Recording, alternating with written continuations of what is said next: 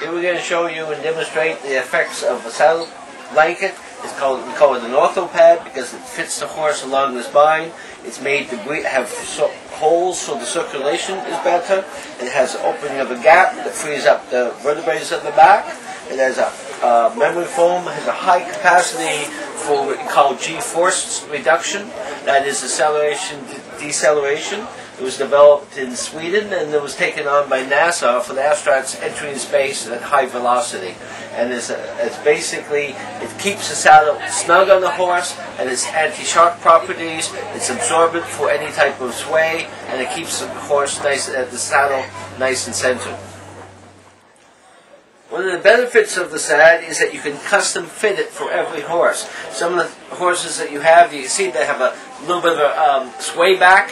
So what you can do with the memory foam inserts design is that you can make a place where they have the back is low and the saddle kind of comes into a hole. You can put a little bit of a shim in there, both sides, and it stays nice and snug, and the saddle could be much more balanced and fit much more accurate for the horse.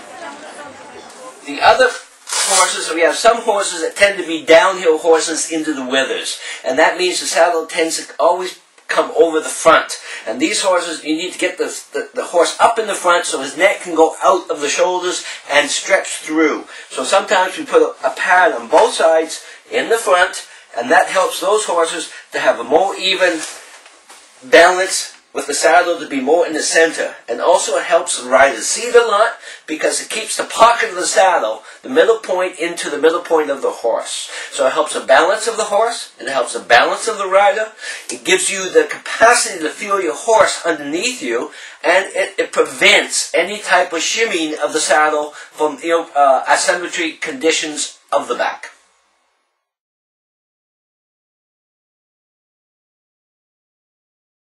Okay.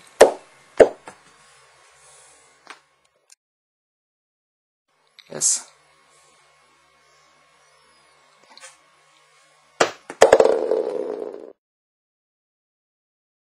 Yes.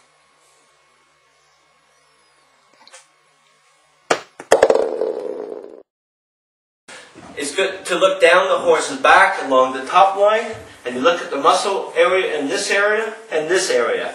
Many horses, if they have the right hind weaknesses, tend to have a muscle atrophy in this area.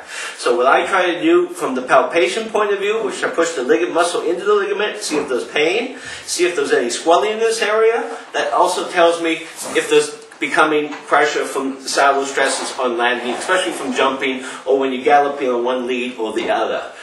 I take a measurement of the horse back, like a saddle gauge, to find out the symmetrical balance of the horse.